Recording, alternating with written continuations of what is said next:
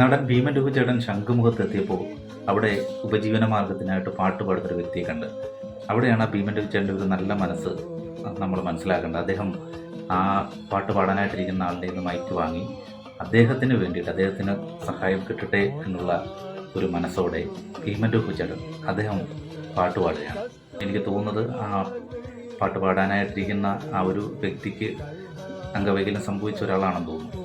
എന്തായാലും ഭീമൻ രഘുചേട്ടൻ ആ ഒരു പാട്ട് പാടാൻ തയ്യാറായതോടുകൂടി ഒരുപാട് പേര് ആ പാട്ട് പാടാനായിട്ടിരുന്ന ആൾക്ക് സഹായം ചെയ്ത് കൊടുത്ത് കാണും തീർച്ചയായിട്ടും.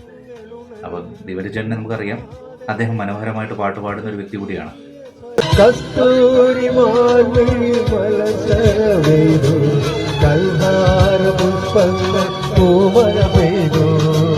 സ്വപ്നങ്ങളുണരും ഉന്മാദലഹരി, സ്വപ്നങ്ങളുണരും ഉന്മാദലഹരി, സ്വർഗീയ സ്വരമാധുരി, ആ ഗന്ധർവ സ്വരമാധുരി.